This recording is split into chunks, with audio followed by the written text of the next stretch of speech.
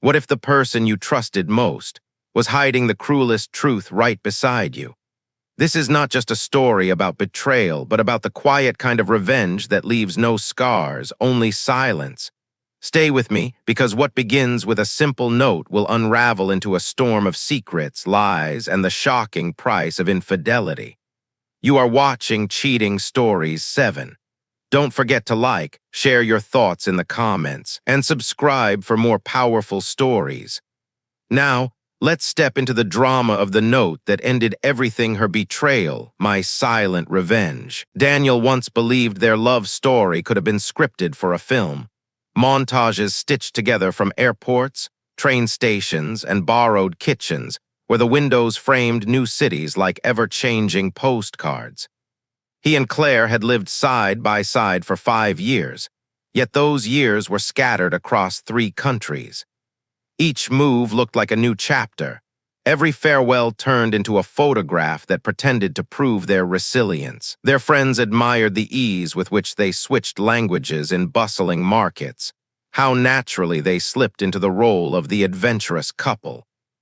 Daniel felt proud that he could pack a bag in minutes, that he knew which adapter belonged in which socket, that he had been the steady anchor beside Claire's restless spark. But pride, he would come to learn, was a fragile shield. Beneath it lay a truth he rarely admitted. Even to himself, constant movement had become a substitute for maintenance. They traveled forward instead of digging roots. Every leap to a new city excused them from fixing the cracks left behind. Distance, which once felt like a thrilling test of love, hardened into habit. A week apart was repackaged as intimacy when they reunited. Months apart were rebranded as trust when they survived. It sounded noble, almost cinematic. In reality, it was avoidance. With every new apartment, they hung fewer photographs. More boxes stayed taped, labeled soon, as if permanence had become an inconvenience. Claire would joke that nails were only for people who planned to stay. Daniel laughed with her, though deep inside, he wondered how long temporary could stretch before it turned into their only permanence. The first fractures were almost invisible. A missed call explained away by a dead battery. A trip postponed with the excuse of work obligations. A delayed text softened by one of Claire's charming anecdotes, stories delivered so smoothly that even suspicion felt rude in her presence. She had a rare talent for spinning accidents into narratives, for making him smile when he should have questioned. And he wanted to believe. He needed to believe. Still, small details began to trouble him.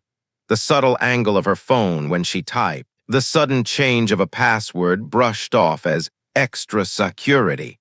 The second device Claire swore was only for international travel, but which never seemed to leave her hand. Trust, he realized, was being stretched past its breaking point, like a muscle flexed too hard for display, already torn beneath the skin. When Claire reminded him of her mother's upcoming birthday and their planned trip back to her hometown, Daniel convinced himself this visit could be a reset. Surrounded by family warmth, he told himself, they would rediscover steadiness. Yet in the quiet before the journey, another voice whispered. It warned that the celebration would not heal them at all. Instead, it would cast a harsh light on wounds they had carefully disguised behind airport smiles and curated captions. Daniel arrived at Claire's childhood home carrying 2 simple offerings: a bouquet his mother would have approved of and a small toolbox tucked neatly in his backpack. Flowers for warmth, tools for usefulness, gestures that always won parents. Mrs. Jensen took the bouquet with a smile that trembled at the edges, pressing his hands as if she could feel the weight he carried. "You look thinner," she said softly, as though observation could replace concern. Mr. Jensen, smelling faintly of sawdust, wasted no time in showing Daniel a wobbly pantry hinge and a record player that hummed off-key. It was easy for Daniel to blend into their rhythm. He listened to neighborhood stories about the man who salted his driveway in July, laughed in the right places, and kept his tone light. When Mr. Jensen asked for help, Daniel knelt on the kitchen floor, fixing what others had ignored. his hands moving with instinct from years of quiet repair. Claire's fingers pressed briefly into his shoulder as he tightened the last screw. "Dinner soon," she said, her voice pitched to the room rather than to him, a performance disguised as tenderness. The dinner table filled with casseroles, laughter, and nostalgia. Mr. Jensen spoke passionately about his prized Coltrane vinyl, and Daniel's eyes lit up, asking questions about the pressing. For a moment, father and almost son fell into an easy rhythm, until Claire interrupted with barbed humor that failed to land. "You two should get a room," she joked, forcing a laugh that died quickly in the air. When no one joined in, she poured herself more wine, cutting through the warmth with practiced sharpness. After cake, she pulled Daniel into the hallway, her smile brittle, her words cutting low. "You look happier with them than with me." He answered gently, saying he loved hearing her family's stories, loved seeing where her precision and order had been born. She replied with a remark about loyalty and how men always mistook competence for love. By the time they returned, her cheeks were flushed, her sparkle polished again, the kind of beauty that refused to settle for ordinary, even when ordinary was exactly what they needed. That night in the cedar-scented guest room, intimacy felt less like celebration and more like concealment. Claire reached for him urgently, movements rehearsed, breathless, as if passion could notarize loyalty. He tried to meet her where she was, but she seemed elsewhere, covering something unseen with her fervor. When she finally drifted to sleep, it was the tidy, composed sleep of someone performing peace. Morning brought small chores. Daniel swept the back steps, carried boxes from the garage, and replaced a flickering pantry light.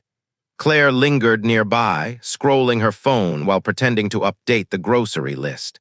The device lay face down on the counter, yet every vibration called her hand like a whistle meant only for her. She smiled without reading, pushed it away just far enough to suggest nothing was wrong, yet close enough to betray how much it owned her.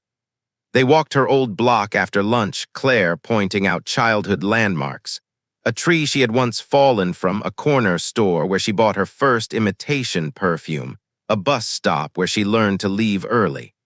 But at one intersection, her gaze snagged on neon lights splashed across a dry puddle from a bar 2 streets over. The look lingered too long. Daniel filed it away quietly, another detail added to the invisible ledger he had been keeping. The afternoon should have softened everything. Candles were lit for photos, an aunt late with pie, debates about who washed and who dried. Instead, tension clung like static. Claire anchored herself to his arm, laughing too quickly, redirecting questions meant for him, correcting small details in his stories as though to claim authorship of his life. He let her corrections stand, understanding that graciousness did not equal consent. That night, the house exhaled into silence. Refrigerators hummed, walls ticked, curtains breathed with the wind. But in that lullaby, Claire's phone began its own rhythm, short, steady vibrations, glowing and fading, each one a silent betrayal pulsing into the dark. Daniel did not touch it. He simply watched the cracks cross the ceiling above him, hairline fractures waiting to split wide open. By morning, conversation had thinned. Jokes landed half a beat too late, smiles felt pre-recorded. Mrs. Jensen thanked Daniel for fixing the light and asked for a porch photo. He framed them carefully, waiting for the wind to still the birthday ribbon, clicking the shutter on a picture that captured a family aligned around a woman who had taught her daughter to label everything except the truth. Daniel had promised himself he would never live in the archives of suspicion. Months earlier, when Claire's flirtatious messages had first surfaced, she insisted they were nothing more than attention, a small indulgence, harmless in her words. Her performance of regret had been flawless, tears that blurred but never smudged her eyeliner, sobs that trembled but never broke her voice, apologies balanced carefully between shame and charm. She even offered him her phone, her passwords, her calendar. He refused them all, believing that to monitor was to surrender, that trust must be given freely or not at all. He told himself the storm had passed and that calm had been earned. But sins rarely disappear, they learn new disguises. Now, familiar patterns returned, only sharper. A number she once swore had been blocked resurfaced under a business alias, as if renaming guilt could launder it. A phone she had claimed was lost reappeared in her hand, this time described as a travel backup, equipped with a fresh SIM card for roaming. The explanations arrived smooth, rehearsed, rehearsals so polished they passed inspection, if Daniel wanted to keep passing them. He began noticing the delays, the smile that arrived a second too late, laughter that closed rather than released, details that didn't quite match. In the reflections of cafe windows, greeting card racks, and bathroom mirrors, he caught himself rehearsing the same old lie, that setbacks forged stronger couples. The glass gave him no such comfort. It told him the truth instead. They had not healed, they had only staged recovery. Back at her parents' house, Daniel found Claire on the balcony, her voice pitched low as she told someone she would call back after cake. The words rang metallic, like steel clanging against stone. She slipped the phone into her pocket, not dropped carelessly on the table. The gesture, once invisible, now looked deliberate, loaded with intent. Daniel stayed measured. There were no accusations, no midnight interrogations. Rage would only give her a stage, and he was finished auditioning for parts in her theater. Instead, he cataloged the timing, the tone, the choreography of concealment. Every action entered the silent ledger. By the second evening, the ledger was full enough. He knew now that evidence would not save him. Screenshots, witnesses, receipts. Those only dragged men into endless trials where guilt was debated like decimals, where facts were eroded into arguments. He needed something simpler, something cleaner, something undeniable. Not proof, but a sentence. One line that could not be twisted, one that would end the story without granting her another scene. And somewhere in the silence of his mind, the words had already begun to form. The house spoke in its own language at night. The refrigerator hummed a steady note, a pipe ticked somewhere inside the wall, and the curtains moved in rhythm with the wind pressing against the glass. Daniel lay awake, not listening to the house, but to the rhythm hidden within it. Claire's phone, resting face down on the nightstand like a loyal pet, shivered at intervals, short vibrations, pauses, then another and another. The pattern was too deliberate to be chance. He never touched it. Long ago, he had drawn that line. No rifling through drawers, no stolen passwords, no snooping in the dark. Trust had been their currency, and he had spent it faithfully even when the account had long been overdrawn. Yet the device betrayed itself. Each flicker of light revealed fragments, a restaurant name, a timestamp, the clipped start of a message that did not match the story Claire had told about falling asleep early with a book. Daniel turned toward her. She lay angled to the wall, her breathing too steady, too precise, the kind of rhythm rehearsed by someone who wanted to be believed asleep. Each time the phone lit, he thought he saw the faintest hitch in her chest, a tiny movement of her fingers toward the screen, like a reflex she could not control. The choreography of deception was playing itself out beside him, and she did not even know the stage lights were on. He rose quietly, carrying 2 unused glasses to the sink. He washed them slowly, drying them with deliberate care. As the water ran, he thought about the blindfolds he had worn for her sake, framed as trust, tied neatly around his eyes by her hands and accepted with pride. He had mistaken restraint for virtue. Tonight the silence taught him otherwise. The buzzing resumed, steady as a heartbeat. He refused to follow the script he knew too well, waking her, demanding explanations, receiving denials sharpened into counter-accusations, being told he was paranoid, controlling, unfair. That courtroom always ended in stalemate, both sides bleeding, nothing resolved. He would not step onto that stage again. Instead, he let the quiet write his future. In his mind, it appeared like a hallway, long, bare, with a single door at the end. Beyond it waited freedom, wrapped inside a sentence he had not yet spoken aloud. Then the phone lit again. This time it revealed more than text. A photograph. The scarred corner of a knuckle, half obscured but unmistakable. Daniel remembered Claire once describing a hiking companion, a man who cut his hand on shale and wore the wound like a badge of character. She had insisted she never took that trip. Yet here was proof, glowing in the dark, proof not just of betrayal but of invention. The air thinned around him. He set the towel down, returned to the bed, and sat on its edge. Calm, precision, absence. That would be his revenge, sharper than any confrontation. He catalogued silently what to pack, what to leave behind, what words not to say. He would not raise his voice, would not argue until dawn, would not salt a battlefield with accusations. When the house finally settled, when even the phone seemed to exhaust its courage, Daniel closed his eyes. He already knew the shape of his departure. In the morning, there would be no fight, no courtroom, no audience, only silence and a note. The night had been long, yet dawn arrived quickly, pressing a gray light against the curtains. An unfinished kind of light, as if the world itself had not yet decided what it wanted to be. Daniel lay still for a moment, cataloging the silence. Claire's breathing was steady, almost rehearsed, her arm flung across the sheet, her phone still within reach. He rose without hesitation. His mind had been rehearsing this departure for months, though he had not admitted it until now. He folded his clothes slowly, deliberately. No frantic stuffing of bags, no tearing through drawers. Every motion carried intent. He packed only what could never be contested as his wallet, his ID, a dog-eared book still marked with a folded train ticket, a single charger. Another charger sat on the nightstand, but he left it behind. Later, she might accuse him of taking something that wasn't his, and he refused to give her even the smallest weapon. The guest room was a museum of borrowed intimacy. Photographs of Claire as a child grinned from the dresser, snapshots of innocence that had nothing to do with him. A handwritten recipe pinned to corkboard whispered of family continuity. None of it belonged to Daniel. This had always been her world, curated and staged. He had been no more than a visitor. He sat at the desk with a hotel pen and hotel paper. The words came clean, sharp, without ornament.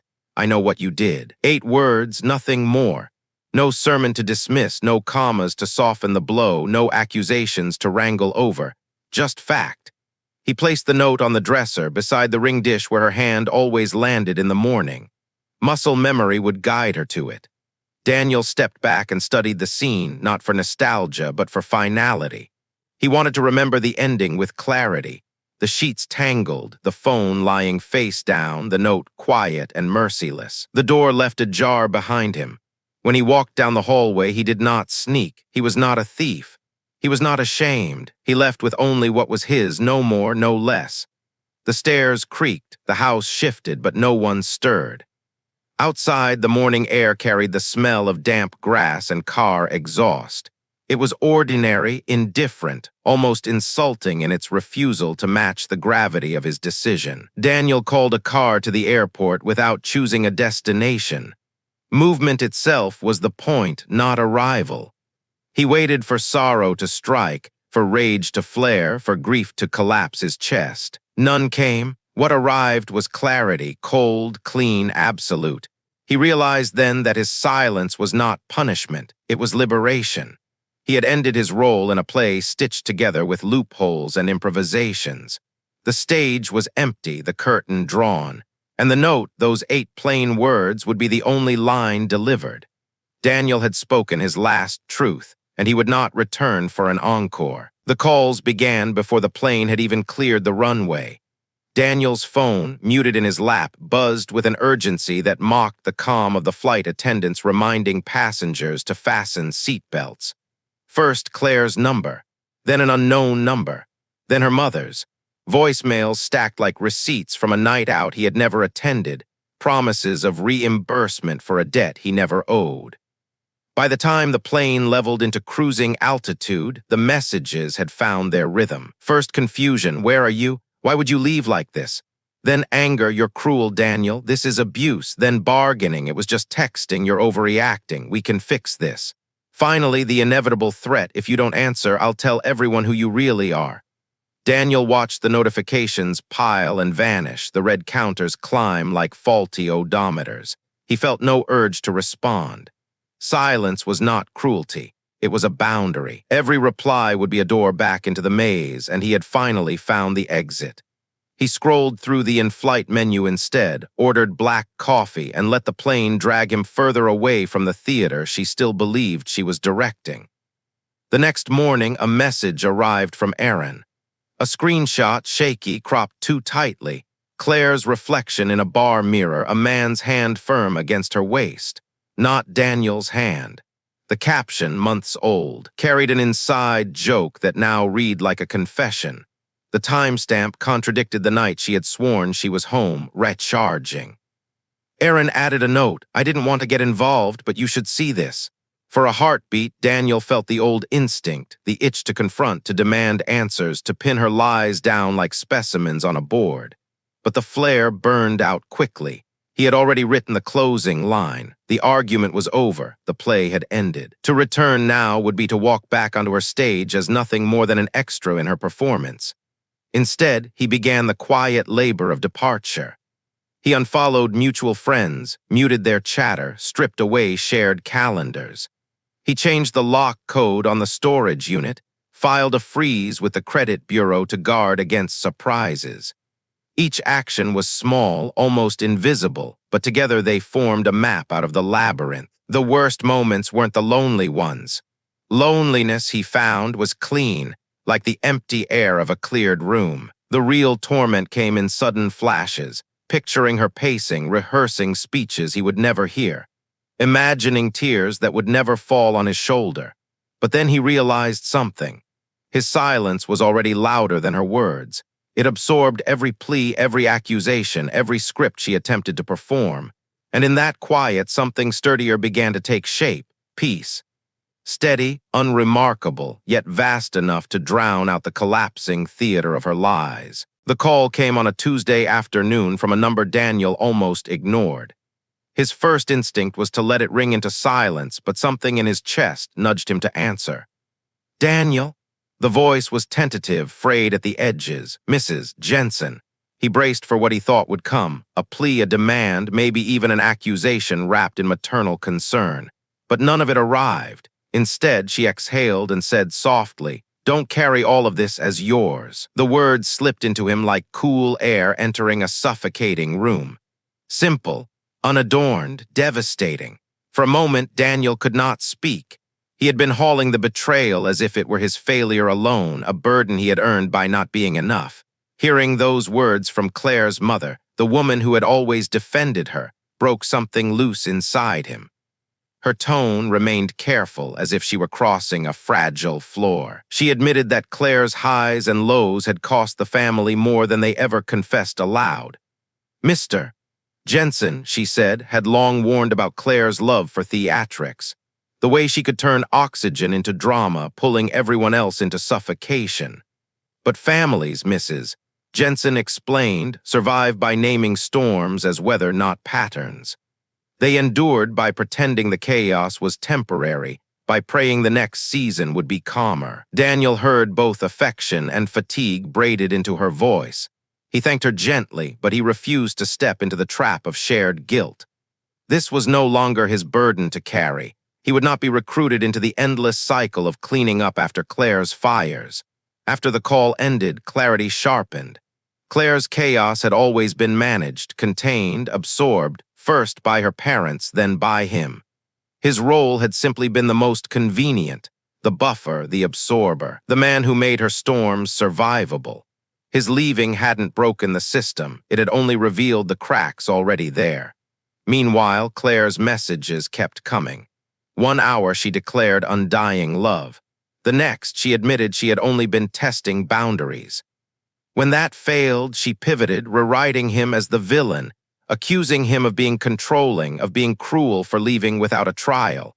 Each message was another performance, a desperate rehearsal for an audience that no longer attended. Daniel no longer archived anything. No screenshots, no evidence stored, no counterarguments rehearsed. The trial was over. The stage had closed. When a mutual friend hinted that Claire was spiraling, Daniel felt the old reflex surge, the instinct to rescue, to stabilize, to be the last reliable witness. He lay on the floor, stared at the ceiling, and gripped the edge of the table until the urge passed. He would not volunteer again for a job that erased him. The sentence misses. Jensen had given him a single, quiet line became a pivot. Don't carry all of this as yours. It did not rewrite the past, but it reframed his role. He had not been the judge refusing Claire a fair trial. He had simply been the last man supplying her with a stage. And now, finally, he had turned off the lights. It happened by accident, the way most truths reveal themselves. Daniel was working late on his laptop when a notification slid across the screen, cloud backup complete. At first, he thought nothing of it, a leftover setting from the years when he and Claire had shared devices, swapped chargers, synced calendars without hesitation. He hovered over the option to disable it, but curiosity pressed him forward. The folder opened like a trapdoor. Inside were fragments from a phone he had almost forgotten existed. A slim, cheap device Claire once called her travel phone. She used to laugh about roaming charges, saying it was easier to keep a spare with a foreign SIM card. Daniel had never questioned it. It sounded practical. Now the backup revealed a different truth. Calendar entries lined up in patterns too precise to be coincidence. Wednesdays stamped with a knife and fork emoji. Fridays marked with clinking glasses. Late-night blocks tagged with a theater mask labeled simply rehearsal. None of these ever appeared on their shared calendar, the one they relied on for dinners and flights. A contact name leapt out, La Bodega. In 5 years together, they had never eaten there. Daniel checked the address, 3 blocks from Claire's office in the opposite direction of home. The repetition was damning. Midweek lunches, weekend evenings, never sloppy, never random. This wasn't accident, it was architecture. He didn't screenshot, didn't copy, didn't forward to a friend for validation. Instead, he closed his eyes and sat with it. The point was no longer to build a case. He had no intention of prosecuting. The point was to recalibrate his story. For too long, he had wondered if exhaustion or jealousy had warped his perspective. The backup cleared the haze. He hadn't misread. He had been rewritten. The anger that rose wasn't about the cheating itself. He had already suspected. It was the methodical nature of it that hollowed him out. Claire hadn't stumbled into betrayal. She had engineered it, built routines around it, protected it with rehearsed alibis. He remembered her teasing him for being too trusting, calling it cute, almost saintly. The clarity now was nauseating. She didn't need his trust. She needed his cover. Daniel shut the laptop, disabled the shared backup, and breathed until the urge to message someone, anyone, passed. The instinct to scream, to prove, to expose still lived inside him. But he knew better. Every time he tried to reveal her, he only became trapped in her maze, forced to argue inside walls she had designed. His revenge, if that word even fit, was simpler now. Starve the machine. Stop feeding the chaos with his outrage, his explanations, his attention. Let the truth sit where it belonged, with the people who created it. Let it burn them quietly from the inside out. That night, he began dismantling the final knots of their shared life, canceling memberships, closing subscriptions, redirecting mail. Each cut was small, almost invisible, but together they formed a map out of the labyrinth. Finally, he scribbled a list on the back of an envelope, titling it, "Things I Will Not Explain." At the top, he placed the cloud discovery. Underneath, her accusations, her rewritten narratives, her attempts to script him as the villain. He looked at the short list and felt something close to freedom. Liberation, he realized, wasn't loud. It was quiet, ordinary, and sharp, as a hidden blade waiting in plain sight. Aaron suggested they meet at a small cafe, the kind with chipped mugs and scratched tables that had absorbed the weight of 100 quiet confessions. Daniel almost declined when the message arrived. But curiosity outweighed fatigue. If nothing else, it would be another thread to cut. Aaron showed up late, jittery, his posture tilted forward like a man walking into a witness stand. He didn't order coffee. He leaned in, eyes darting, and blurted, "I should have told you sooner." Daniel let the silence stretch, forcing Aaron to fill it. He confessed that months earlier, while Daniel had been away on a work trip, Claire had turned her attention toward him. It began innocently, longer glances, playful nudges at parties, a midnight message asking if he was awake. He brushed it off, told himself she was restless. But the provocations escalated, an invitation for drinks, a suggestion for a late movie. Offers that looked harmless until you considered the hour, the tone, the history. "I shut it down," Aaron said quickly, defensive before Daniel could accuse. "I didn't want to be part of it. I pulled away. I didn't want to look jealous or worse, complicit." Others had noticed too. Claire was skilled at extracting attention, at turning Daniel's boundaries into controlling rules, at collecting confidants the way some people hoard spare chargers, always one more just in case. Most stayed quiet. Some enabled her, brushing off her flirtations as harmless charm. A few drifted away altogether. Almost no one confronted her. The revelation stung, but not with the shock of fresh betrayal. It was an old wound pressed again, the ache dull but familiar. What hurt wasn't surprise. It was realizing how much truth had lived in the silence, in what people had chosen not to tell him. Daniel thanked Aaron for speaking now, not then. Because back then, he would have weaponized it, used it in one of the endless arguments Claire orchestrated, lost himself in the smoke of their battles. Now it was instruction, not ammunition. The conversation turned when Aaron mentioned a vague post he had made the night Daniel left, something about self-respect, about knowing when to walk away. Claire had responded publicly with her own version, painting Daniel as punitive, possessive, cold. But the story didn't land the way she hoped. People asked questions she couldn't answer. Support eroded. The applause thinned. Daniel stirred his coffee, watching cream curl into galaxies. He felt no urge to correct the record. He was not a newsroom. He was not an editor. He was a man who had left. When he stepped back into the street, the air felt lighter.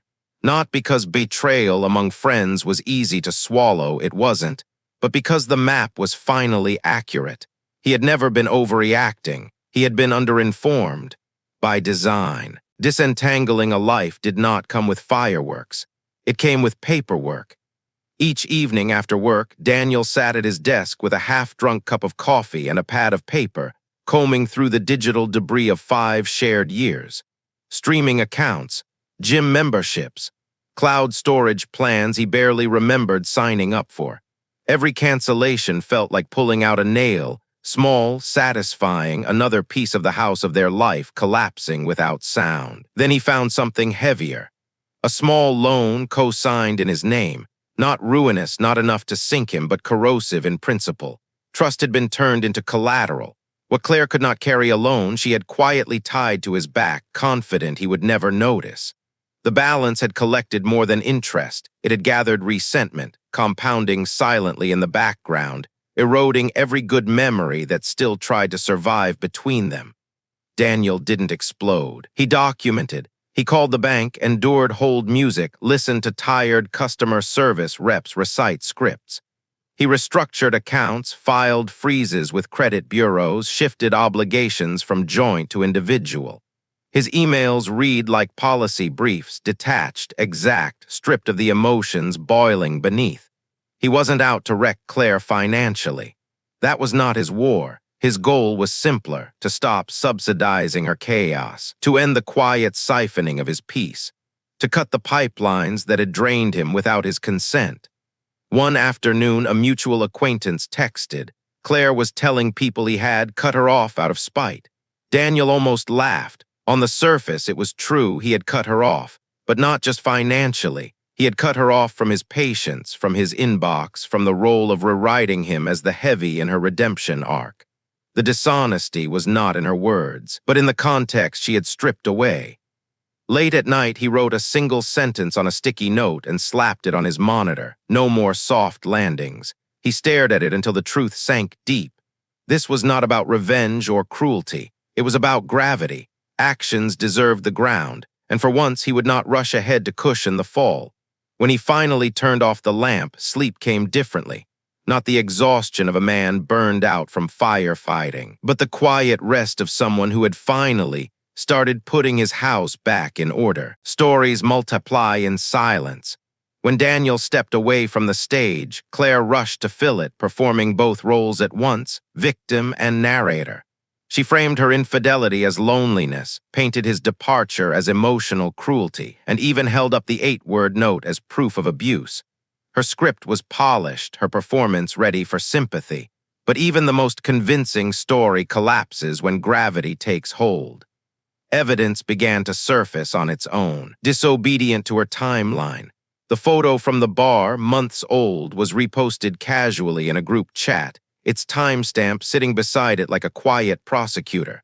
A colleague remembered seeing her out with a friend on a night she had sworn herself sick.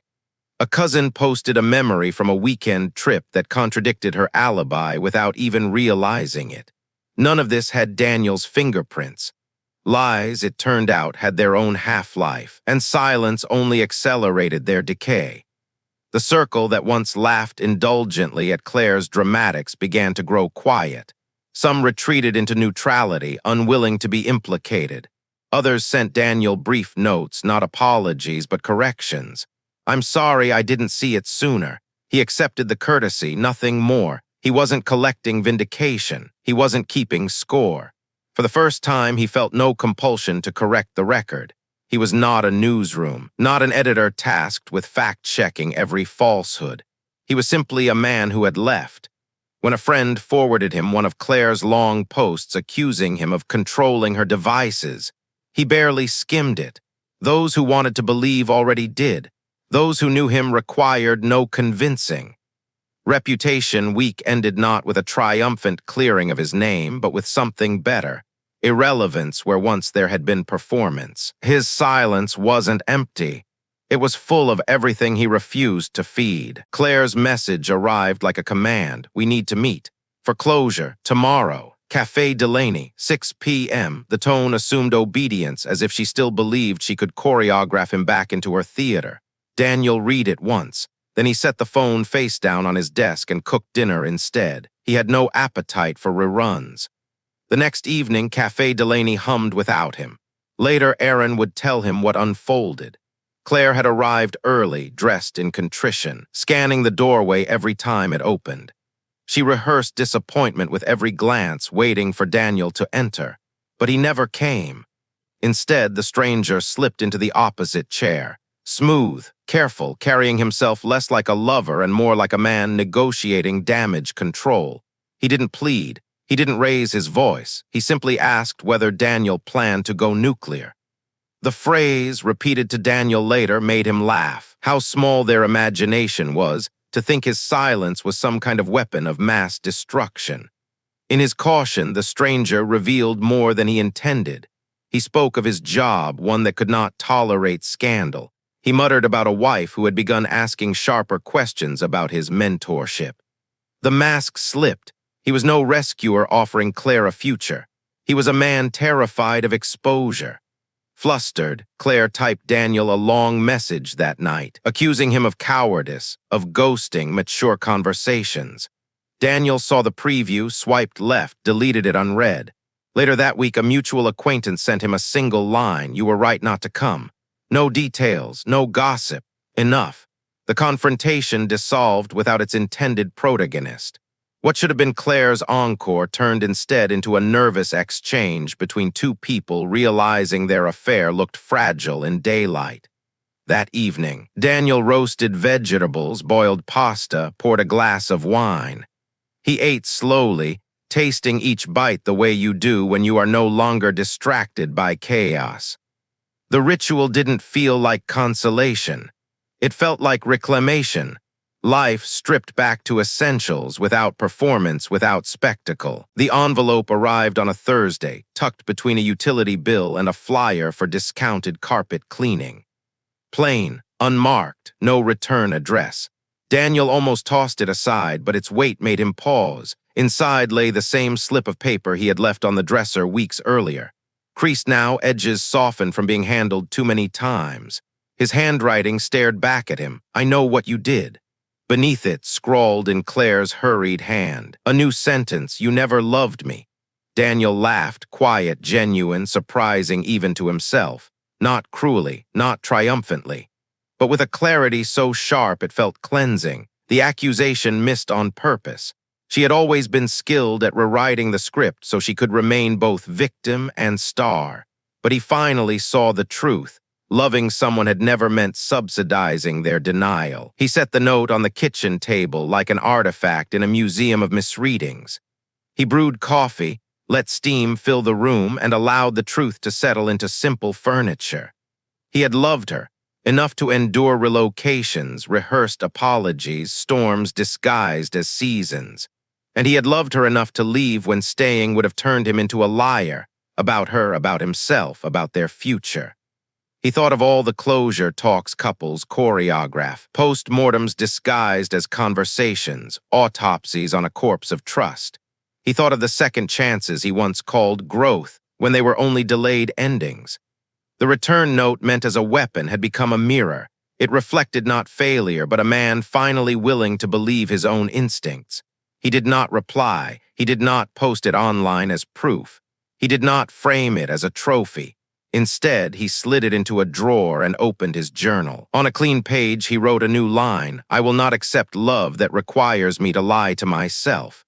The rest of the day unfolded without spectacle. He sent an invoice for completed work, tightened the hinge on a squeaky door, scheduled a call with the therapist he had once considered but never booked. Nothing dramatic, nothing staged. Just the quiet ordinariness that, for the first time in years, felt radical. And in that ordinariness, he discovered, finally, that it was enough. The unraveling of Claire's world was noticeable not because Daniel pointed to it, but because he didn't. Silence, it turned out, was the most merciless narrator. At work, she missed a promotion, her project lead citing inconsistent focus. Once, Claire would have spun it into a story, how her boss was threatened by her talent, how politics had poisoned the office. This time, no one leaned in for the performance. The excuse landed flat, and the conversation moved on without her. Friends began to rearrange their weekends without including her.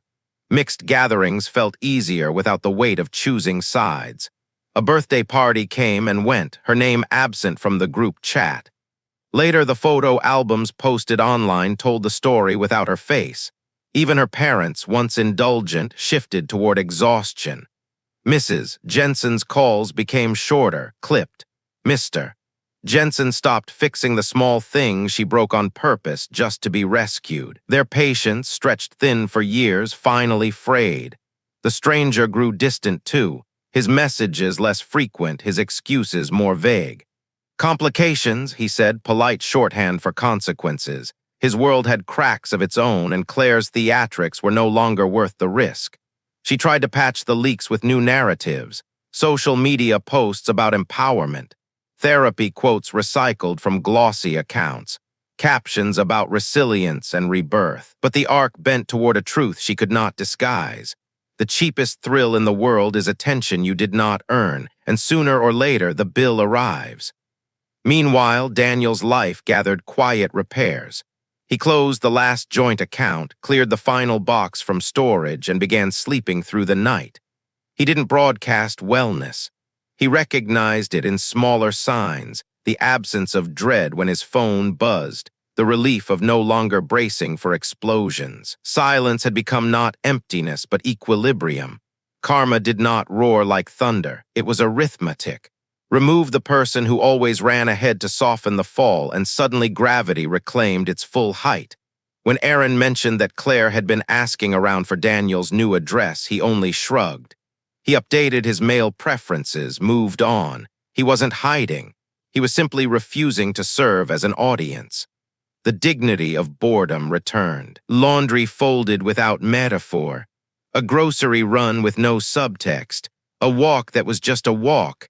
Without witnesses, collapses are quieter, but they are also more complete. Daniel signed the lease on a smaller place, a modest one-bedroom with wide windows that drank in the morning light.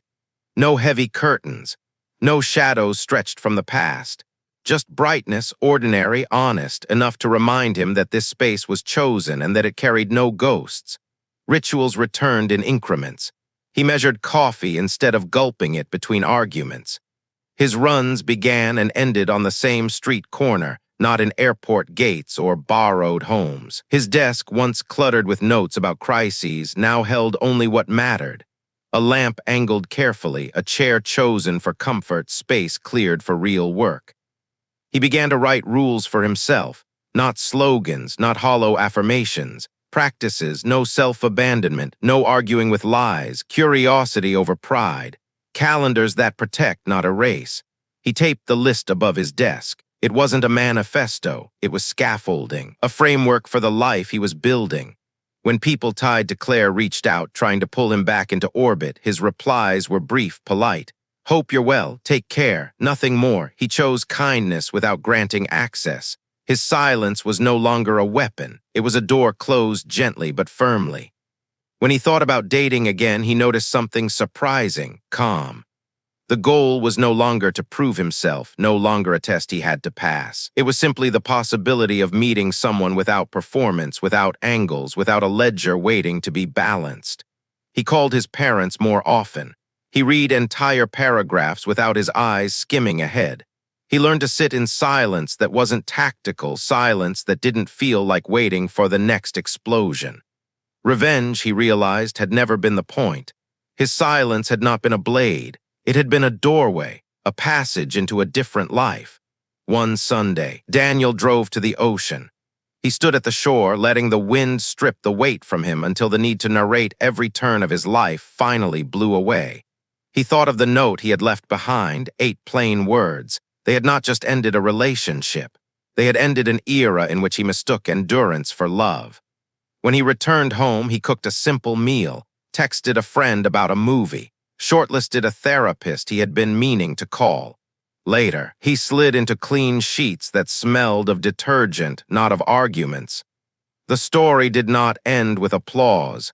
It did not end with vindication. It ended with the quiet sound a house makes when it is finally in order. And so Daniel's story closes, not with anger, not with chaos, but with silence that spoke louder than any confrontation. Her betrayal cost her everything, while his quiet revenge gave him back his life. But what about you? If you discovered a betrayal this deep, would you walk away in silence or demand answers face to face? Let us know in the comments below. This has been Cheating Stories 7.